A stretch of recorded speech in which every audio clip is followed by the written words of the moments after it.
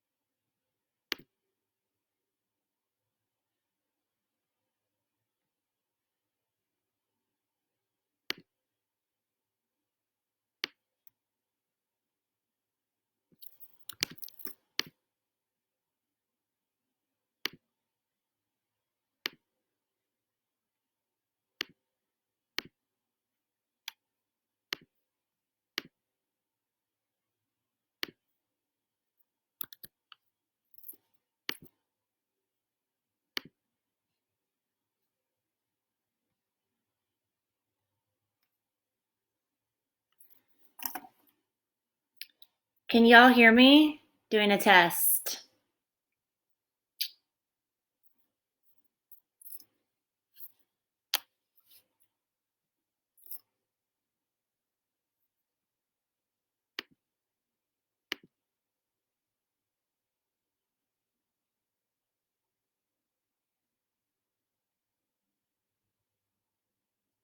All right, I'm going to wait for some people to join and let me know if y'all can hear me. Okay, I got a thumbs up, so I'm thinking that, okay, good. Awesome. All right, I am just going to wait for some more people to join. We were supposed to start at 11 and just wanted to make sure that I could work out all the technical kinks. Looks like we have. Looks like people can hear us.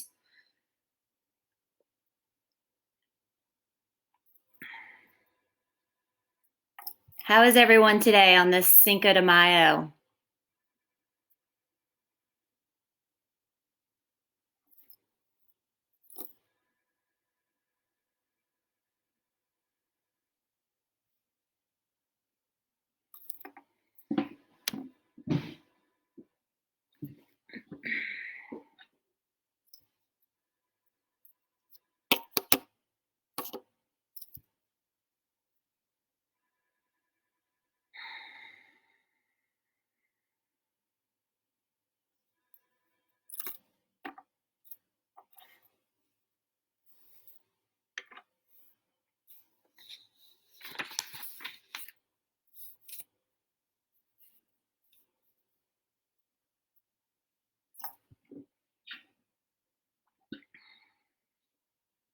And yes, Pat, we ship to all residents in the United States. If you're asking about the online store, we do.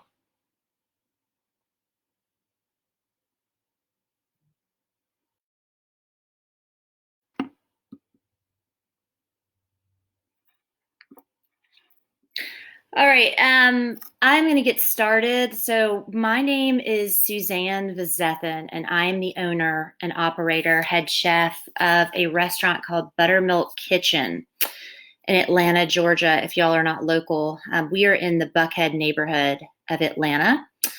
And my goal for today, and I'm going to stop and try to answer as many questions as I can in the comments. Also, feel free if you want to reach out to me directly. My email is suzanne@buttermilkkitchen.com. You can also find me on Instagram. It's my first and last name, Suzanne S. Vizethann. Or you can go to Buttermilk's Instagram, which is @buttermilkkitchen. And you can follow up with us that way and see live updates and things that we are doing. But my main goal for today is to sort of walk you through the experience of being a restaurant owner during COVID-19 and how we have pivoted and kind of reinvented ourselves in a way. So hopefully y'all find this helpful. And again, any comments or suggestions, feel free to leave them on the screen and I will answer them as quickly as I can. So again, just to restate, my name is Suzanne Vizethann. I'm the owner and operator of Buttermilk Kitchen, and we've been open for 7.5 years. October will be year 8 for us. And we are a farm-to-table full-service restaurant. Well, currently full service up until 7.5 weeks ago, serving American brunch food with Southern influences. Currently, as of now, we are offering only a to-go curbside option in addition to a takeout family-style meal that we do on the weekends. And then we also have an online e-commerce store. So we have definitely completely pivoted during COVID-19 and have changed completely our operations, hours of operation, everything that we do. It is just like reopening the restaurant for the first time. Kind of why, a quick background on me and why I got into this industry is I'm from Atlanta, Georgia. I've grew up in a family that loved food.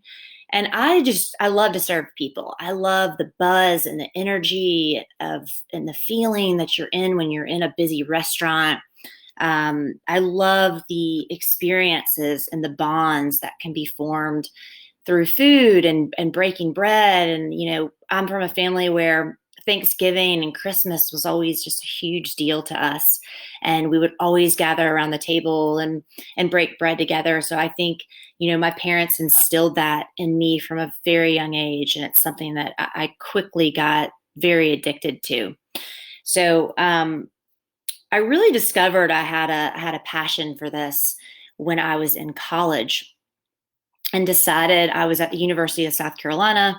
And I decided to enroll in culinary school. So I ended up moving back to Atlanta. There was just some more opportunity and more options for culinary schools and restaurants. So enrolled in culinary school and started working in restaurants and did some catering, and I did some private chefing, and I opened a little cafe and catering business here in Atlanta as well called The Hungry Peach. Ran that for a while and then opened the doors to Buttermilk in 2012. And then, that's kind of where we are today. I'm actually sitting in the dining room right now. We are on Roswell Road. A little bit about the industry, if you're not in the industry. A lot of people get this common conception that it's a lot of fun, and it can be fun. It certainly can be, but it's also, there's a reason that it's one of the hardest industries out there. It's really, really tough. It's always a challenge. And I feel like every time you think that you have things running smooth, something happens, right?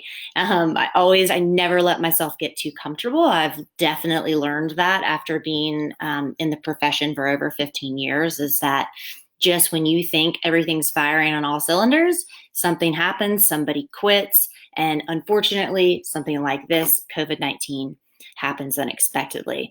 And of course, I'm sure I can speak for everyone when I say that the restaurant industry or anybody has never been through anything like this. And it's probably going to change our industry completely, which is scary, but, in some ways can be somewhat exciting if you look at this in a positive way, which I really try to do every day. So I did get one question in the beginning I'm just going to ask real quick, and it was, have you always liked cooking? And I think the answer to that is yes. Ever since I can remember, when I was a little girl, I was always cooking. I was always helping out in the kitchen. And I think that the food industry finds you. It definitely, now, thanks to the Food Network, probably there are kids that are growing up that do want to be chefs and that do want to run restaurants. But when I was growing up, that really wasn't the norm. It was just, I feel like it's just something that kind of becomes a part of you. And ever since I can remember, I love to cook and I love to create. So thank you for that question. And the answer is yes. So I want to kind of walk you through what my initial reaction was when we found out about COVID-19 and when we needed to close the actual restaurant. we were in Savannah. My fiance and I were at a wedding. He was the best man. His cousin was getting married, and it was actually the last social event we got to be a part of before all this happened and before the ban went on dining rooms and restaurants. So I think the best way to describe my reaction was I panicked. And it's never good to panic, right, in any situation, but I absolutely panicked. I had no idea what to do. And as this was such a foreign situation for all of us, we called an emergency meeting. It's myself and 4 other full-time salary employees, my managers. And so we all kind of sat together and figured out a plan. And I knew my number one goal was, no matter what, is that I really wanted to keep them on full-time salary. I could kind of see the panic on their faces of, are we going to have a job? What are we going to do? And, my staff is family to me, and we've been through a lot together. So I knew that my number one goal was I was going to make sure that they were okay and that they had a job.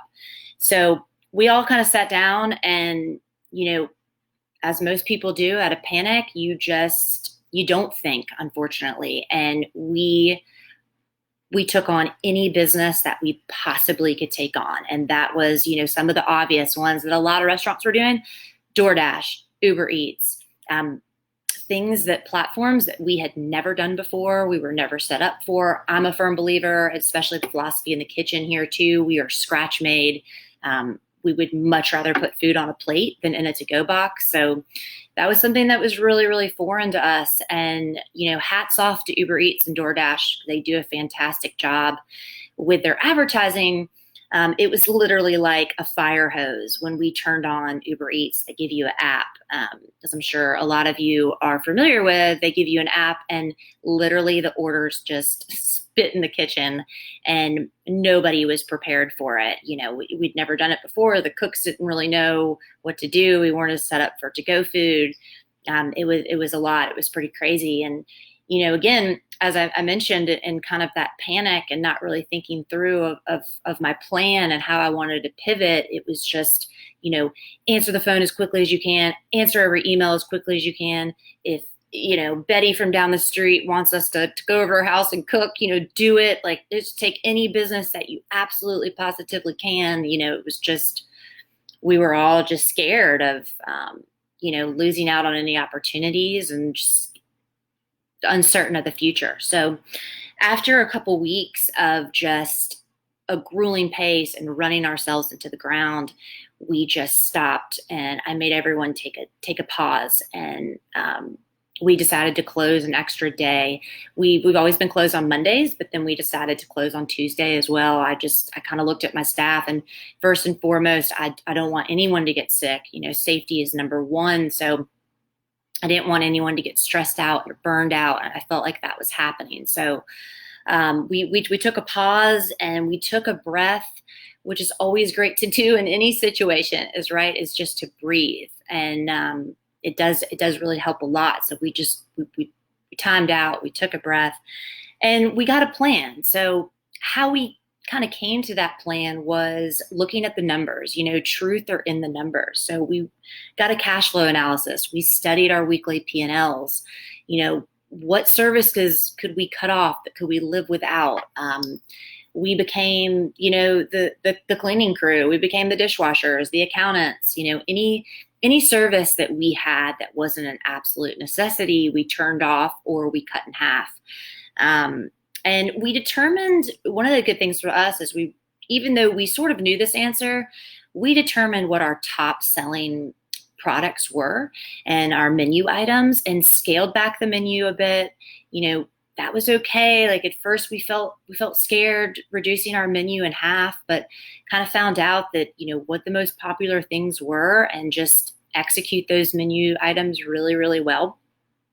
And also just started to think about different ways, like thinking outside the box of how to get those signature items into people's homes in a creative way, right? So we started thinking about maybe making food that was easier to pick up. So the chicken biscuit is one of our signature items. We also have a chicken waffle. Well, waffles don't travel that well, and biscuits don't travel that well either. So we decided, like, hey, let's do a pre-order family style option where they can do a fried chicken dinner. And we'll pair it with some sides, and maybe the chicken biscuit will be more deconstructed, and it'll be a chicken biscuit platter with the biscuits on the side, and we'll tell people how to assemble it. So it's more of that. It makes it easier for people to pick up and take things to go. Also, it was a really good time for us to, and it still is, to kind of revisit back burner ideas. And what I mean by that is any idea that we've had, and I know it's different, we've been in business for 7.5 years. So we had a lot of those ideas that maybe we thought about year 3 or year 4, but never were able to bring it to fruition for whatever reason. Maybe it was too busy, or, whatever the case may be. But now is the opportunity to really look back at what some of those ideas and what some of those goals were for us. And probably the biggest one, and the most fortunate for us, was our online e-commerce store. I had a cookbook in the middle of all of this come out 2 weeks ago. It's actually behind me. It's called Welcome to Buttermilk Kitchen. I'll show you guys. It's an awesome book. Really, really excited about it. And it has 100 recipes from inside the restaurant. And I knew that right before this happened, I knew obviously I was going to have a platform to sell the book on. So fortunately for us, we had already built this online store. So we were like, hey, now is the opportunity to really pivot, pour the gasoline on the online store. Let's drive revenue there. Let's focus our energy on that. And luckily for us, it's been a savior. People have been so supportive, and I appreciate y'all so much. It's been amazing. And on that store, if you're not familiar, if you go to our website, it's buttermilkkitchen.com, and you click on the store link, you can buy things like our jams and our jellies and our cookbook, obviously, and our t-shirts, and we have a biscuit kit on there, and coffee and things like that. So we're actually shipping, and then we have a in-store pickup option as well. So that has been a huge saving grace for us, and kind of the silver lining in this whole thing is we've been able to platform and pivot to that. So but really just thinking virtually. And I just completely messed up my hair. I'm sorry about that. I haven't had a haircut in probably like most of y'all. So I have these like frat boy bangs right now. But I haven't had a haircut in probably like 9 weeks. So I apologize. It's going everywhere. But anyway, but again, touching back on that is just thinking virtually, right? So how can we get into homes? People are on Instagram a lot more these days, right? And they're looking for hobbies and creative things to do while at home. So one of the things that has worked well for us, and as you can imagine, when the cookbook came out, I had an entire cookbook tour scheduled, and I was going to be making appearances all over the Southeast and doing signings and demos. And naturally, as you can imagine, all of those got canceled. So it was immediately like, okay, how can we do the same thing we're doing, but doing it virtually? And one of the things that has worked for us really well and has helped to drive sales to our online store is by doing these live Instagram demos, which I'm sure you've seen all over Instagram. A lot of chefs are doing them, but it was a way for us to let viewers follow along with the book and do live demos. And I'm going to be doing those weekly starting very soon. So that's been something that's been a super big help. But, honestly, like, it's a time that you just have to sell yourself. You've got to become a talking head. You've got to get in front of the camera, and it can be uncomfortable at times, but it's the time to hustle and sell yourself and tell people who you are and what you're about and how they can support you. Because really through this all, we have found that people are unbelievably kind and supportive. And it's always important to remember that we're all in this together, right? So we're all looking for ways to help, to support each other. And everyone, like, luckily for us and fortunate for us, have been really super kind. So again, continue to sell yourself, continue to hustle. I am going to pause here for any questions that y'all might have.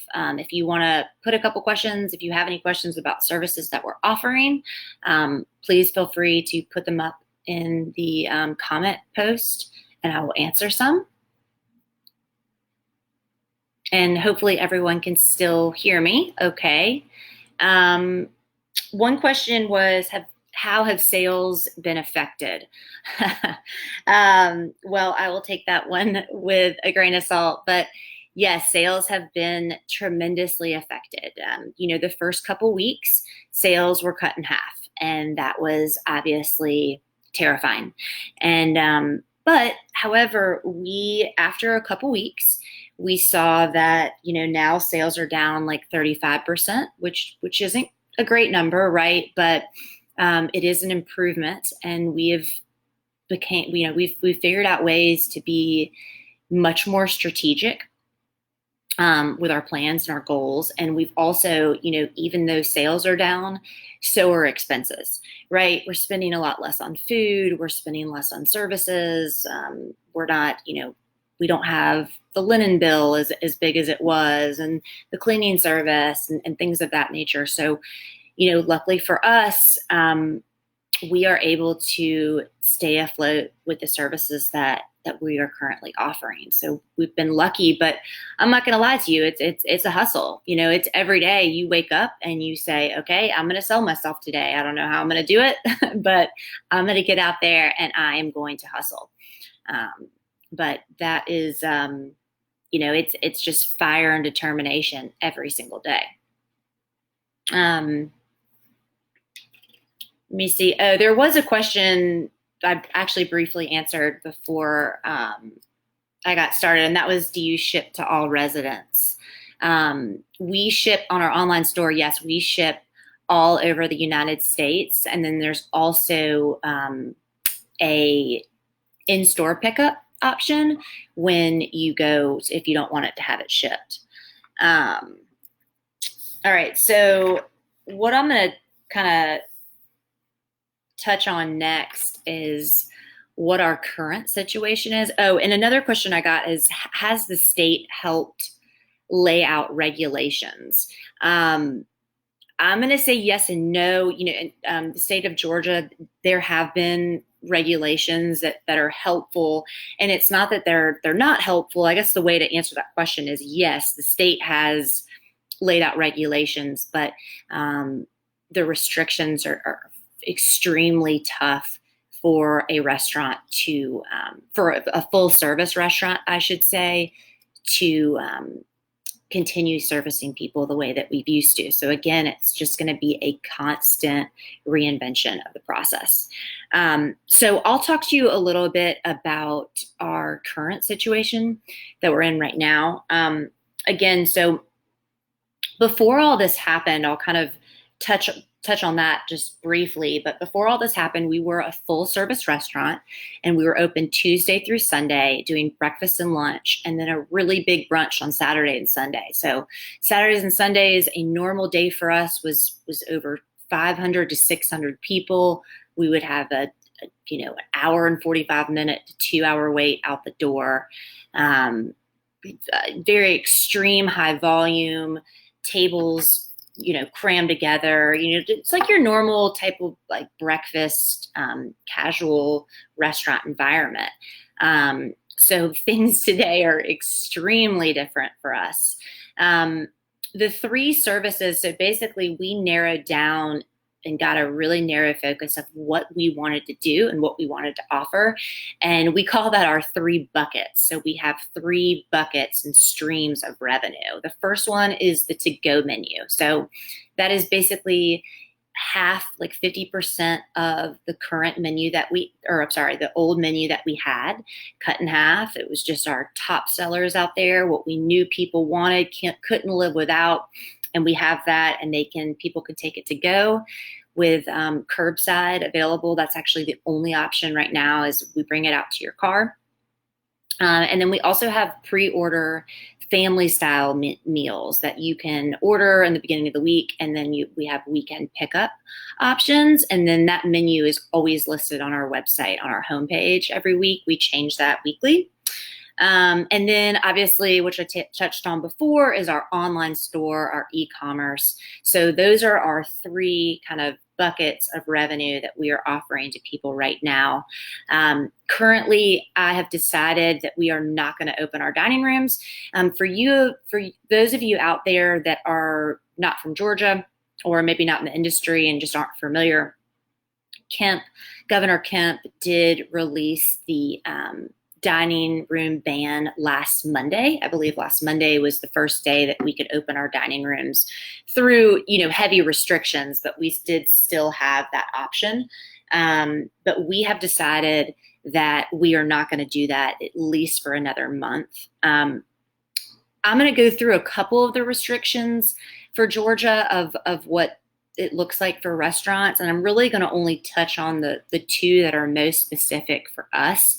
And the first one being that there's no more than 10 people allowed per 500 square feet.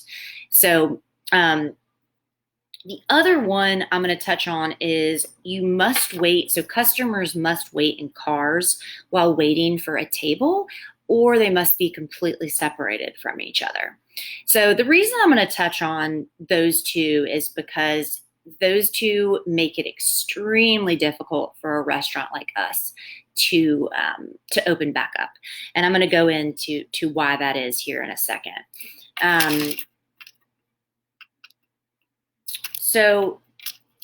And I'm just going to pause for, somebody says we're ready for Fiesta Taco and Margaritas. Me too. It's 5 o'clock somewhere, right? And I'm kind of scrolling through some of your comments right now. And one person is asking me, before I get into why we decided not to open, someone has asked me if I've applied for the PPP program. If you don't know what that is the CARES Act. It's the payroll loan given out by the SBA. So yes, the answer is yes. I have applied for that, and I'm in the third round. Hopefully, we will get the green light on that. But as of right now, I am not sure. Another question I am getting from Hugo is, are you optimistic about the future of restaurants? Ooh, that's a heavy question. I think this is a time where it's easy to be discouraged about the future of restaurants, but I'm really excited about it. One thing that can be difficult for me is that I do love the energy and buzz of a restaurant. I said that before in the beginning. Like, that is something that I think a lot of restaurateurs and operators love about this profession, is that it's just this incredible buzz and energy and flow that we all love, right? But I think that, everything in life happens for a reason. And you decide, unfortunately, sometimes it takes some bad to get to some good. And maybe this is a way to get people to be safer and to slow down a little bit and to enjoy each other a little bit more. And I'm on board for that. And I am excited to the future of restaurants. I know people, the saving grace, I think, in it all is people are always going to have to eat, right? So I know that, things are probably going to be different from this point on, but that just means we have to be more creative, right? We just have to find a way to bring these meals to these people, and we're going to do it in a safe way. And yeah, I'm excited about that opportunity. I'm definitely excited. So also have a question from Bethany is, of the things that you and your team started and tried during this pandemic, what will you continue to do moving forward? That is a really good question. I don't know. Maybe I think one thing is definitely our online store. We've also have to say that we have involved the team way more than we ever have before. We've always had pre-service like lineups and lineups. That's basically like a pre-service meeting where the whole staff talks about the day and what happened the day before. And But we've really involved our staff, particularly our hourly employees, of what we're doing, and opened up suggestions to them and ideas. And we've just become this team and this bond. And I know that going forward, I want to make sure that every single person in this restaurant, in this family, no matter what their title is or what their role is, that they continue to have a voice, and that we're all in it together. I think that has been such an amazing thing that has happened through this journey. And also, probably, we've had a lot of success with our pre-order and our family style meals, and kind of like a catering platform. So maybe continue that. But again, it's it's day by day that we make these decisions.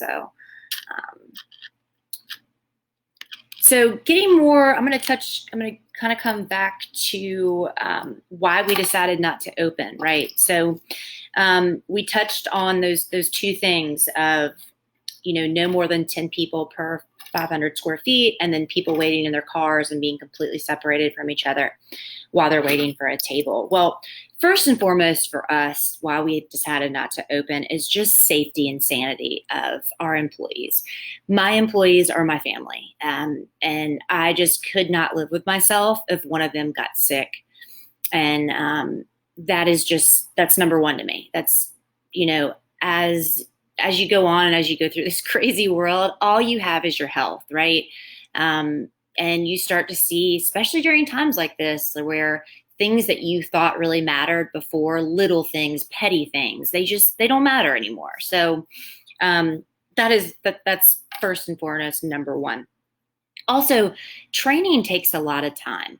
As I mentioned before, at first we kind of went through that panic, DoorDash, Uber Eats, any service that we could offer, we would offer it. We'd get it to the people. And there wasn't really any training going on. And then that put everybody in a really stressful environment. So, I want to make sure that whatever decision we make, that we do it in a strategic and methodical manner and way, and that nobody's stressed out, and that we have time to train each other and have a strategic plan going forward. Also, what you may not understand if you've never been here before is we're an old house. The restaurant was built in the 40s, and it was actually someone's home.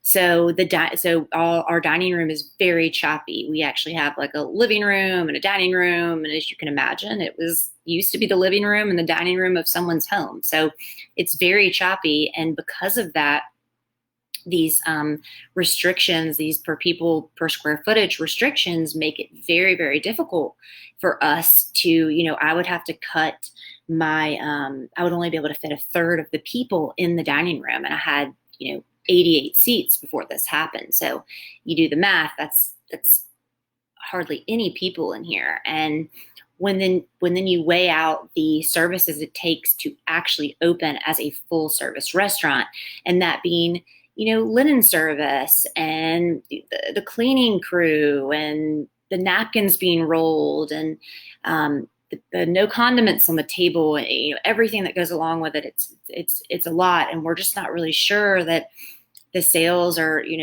that those weigh each other out. So again, that's something that we're taking in consideration. Also, it would be really, really tough for us because we are a type of restaurant where we've never taken reservations. It's all a first come, first serve. And like I said before, sometimes the wait can be 2 hours. We have a very limited parking situation because, as you can imagine, when there's that many people waiting for a table, the parking lot is just busting out of its seams. So I wouldn't even begin how to tell my staff how to control or navigate a crowd, or, how to go up to customers in their car to navigate those reservations, nor do we have a reservation system in place currently. So that would be, another expense for us, and really a pause to retrain our guests, not only retrain our staff, but to retrain our guests. And again, all that takes a lot of time. So, those are the reasons right now why we have chosen not to open. We are a good solid month away from opening our dining room.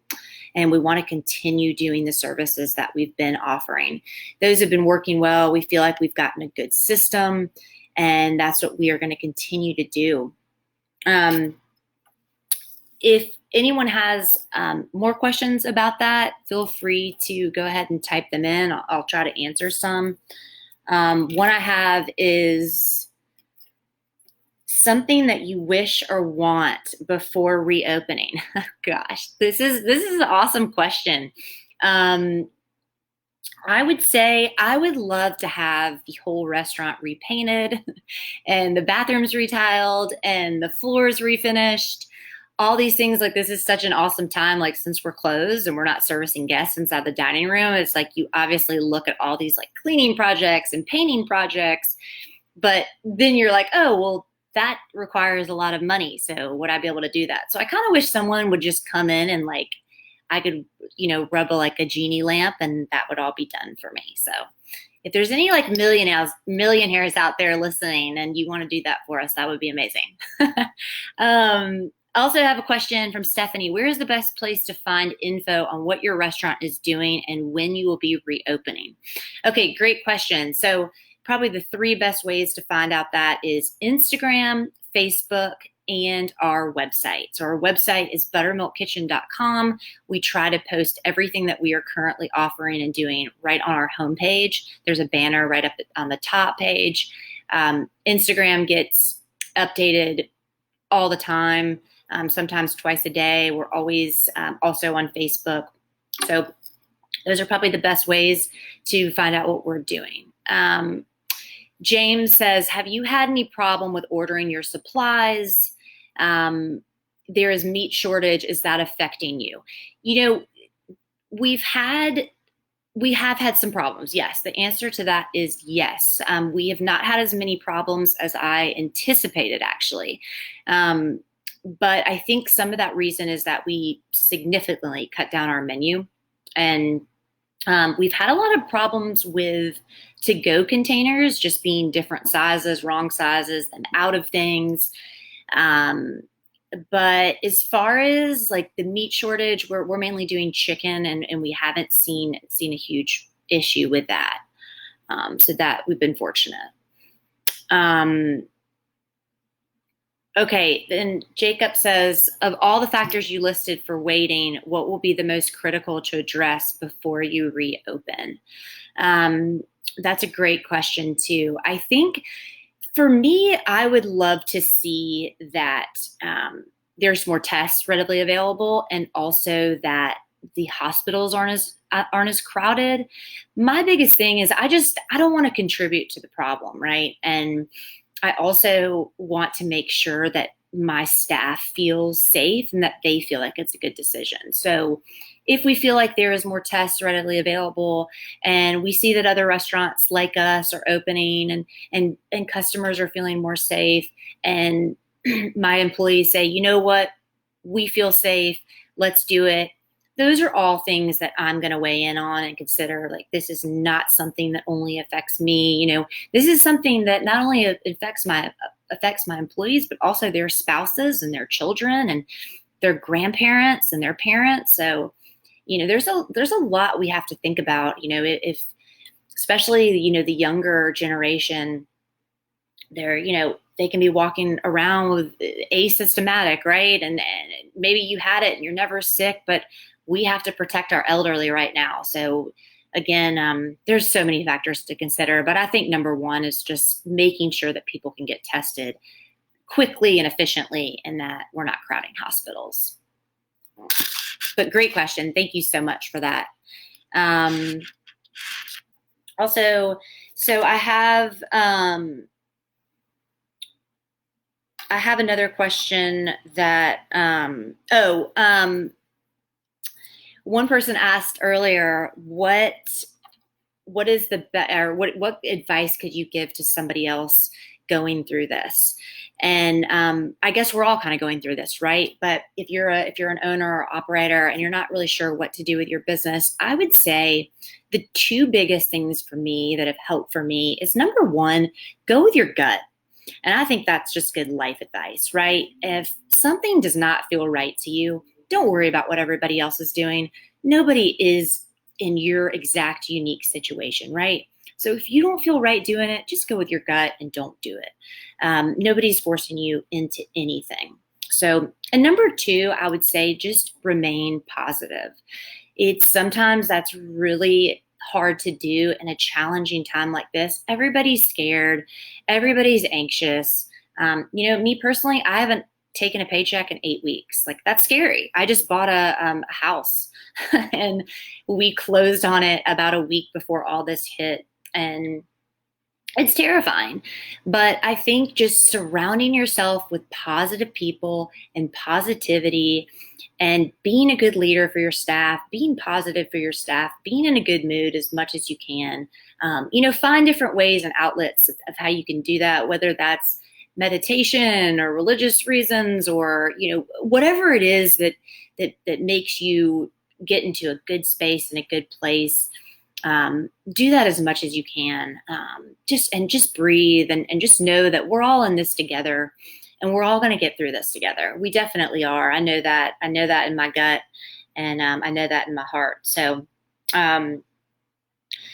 another big question I get all the time is what the future looks like for us, particularly or specifically as Buttermilk Kitchen. And that's a very hard question for me to answer. And we have meetings constantly about it. And I think, the best way I can answer that is just we're making real-time decisions. We're watching trends and we're watching the news and we're watching other countries. Like, we're watching the countries that are ahead of us, like China. What are they doing? How did they pivot?